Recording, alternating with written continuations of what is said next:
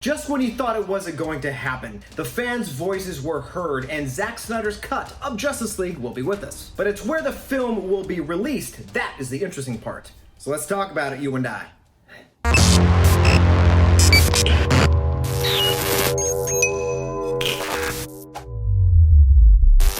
Hello, my little nerd army. Welcome to another episode of Nerd News, a show created for nerds by a nerd. And yes, you heard me correctly. The Zack Snyder cut, the legendary cut that we thought existed. Did it exist? Is it like Bigfoot? Is it not? Well, yes, it's going to happen. After a horrible release of the 2017 Justice League, we finally get to see Zack Snyder's vision of what the film was supposed to be. And it's probably going to be really, really dark. But before we get into today's episode, if this is your first time visiting my channel, I would greatly appreciate it if you hit that like, the subscribe, and the notification bell. That notification bell will notify you of all future episodes as I create them, and it might go towards, I don't know, maybe rebooting Batman vs. Superman. So as we know, Batman vs. Superman and Man of Steel both equally had its ups and downs. Zack was building towards a bigger, more A-team type film in that of Justice League. We had a great cast assembled, really good actors, but as production went on with Justice League, tragedy struck Zack Snyder's family. Zack Snyder's daughter tragically died during the making of Justice League, and rightfully so, he left the project to be with his family. So Justice League was left in limbo, and how do you finish this film that was a boatload of money to actually get off the ground? You bring in Avengers writer and director Joss Whedon. Yeah, when that happened, the fans were like, okay, all right, he did a really good job of the Avengers. I'm curious, what do you got? The film was finished, it was released, and to everyone's amazement, it flopped.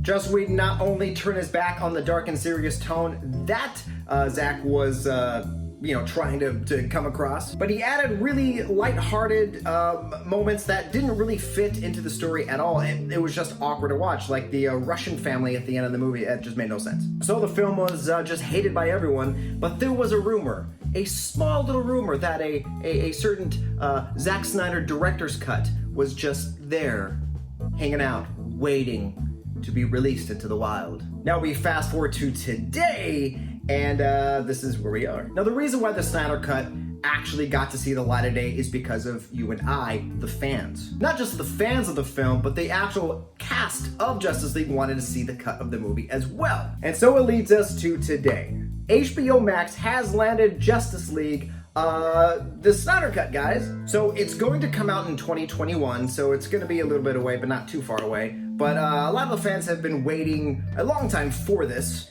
And yeah, it's gonna happen thanks to you guys. High five, virtual high five. No, Corona elbow, sorry. So the interesting thing about this, it's the film's gonna go one of two ways on HBO Max. One, it might be a 4-hour director's cut. That's right, it's like a Lord of the Rings, just 4-hour extravaganza with batarangs and Jason Momoa going, woo! That was horrible.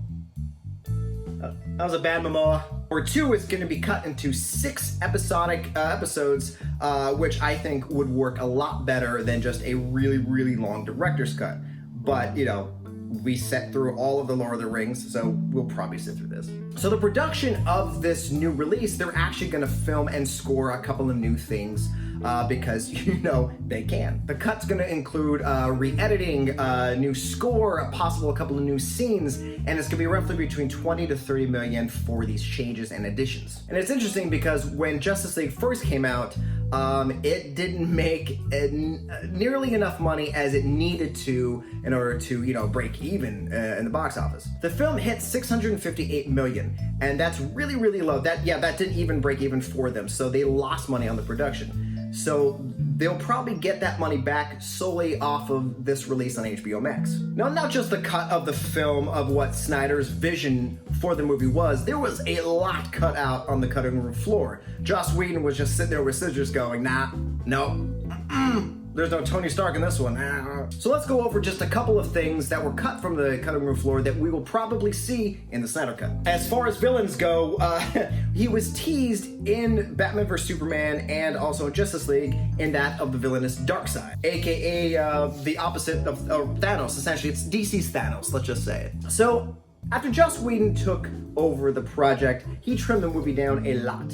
One thing he spent a lot of time focusing on was the villain of Justice League, Steppenwolf, and not Darkseid, or the coming of Darkseid. Now, in the original cut, Darkseid was going to have just a minor role. He was set to appear only in the last act. But that would have been fantastic because that would bleed into the next movie, full on Darkseid. Now, the fans asked Zack Snyder about this on Twitter, and the only thing that he said was, expect Darkseid. So, yeah, he's going to be there. There's no other way to put it. So next character that was set to appear that didn't is the green alien himself, Martian Manhunter. So actor Henry Lennox, who played one of the generals in Man of Steel and in Batman vs Superman, was said to have filmed a couple of scenes for Justice League where it revealed that he actually was Martian Manhunter this entire time. Now, Henry said that they filmed a bunch of scenes that are kind of slowly teasing the fact that, yeah, this is Martian Manhunter. He pulled the wool over your eyes this entire time. So my guess is they were slowly trying to get the other members of Justice League for the next movie, you know, kind of teasing like they did with the Green Lantern at the beginning of Justice League, essentially. And last but not least, there was another character that was cut out, and that of the Atom. Recently, Zack Snyder posted a photo of Ryan Cho, the actor who portrays the Atom, in a fully color-corrected still of him on set. So the Atom is a scientist who works at a little a science company called Star Labs. You know this Star Labs? So to have all these little pieces kind of fit together to tell one, you know, another giant story as Marvel did, I don't know why Joss Whedon cut that up. It makes no sense. Now, when the news broke that Justice League was going to be on HBOMAX, it was such a smart move for HBO to acquire this. I mean, this is a project that people have been wanting for a long time, and HBO Max is going to be a brand new streaming service, and so this is going to drive the fans over to subscribe to HBO Max instantaneously, because I mean, it is an exciting new take on something that we hated. We love an underdog story, right? I mean, Sonic is a good example. And if the Snyder Cut does succeed, if this version of the movie is 10 times better, then it's going to shape the way that other movie studios are going to think about releasing their projects as well. And like I mentioned with Sonic was the first movie that actually listened to the fan base.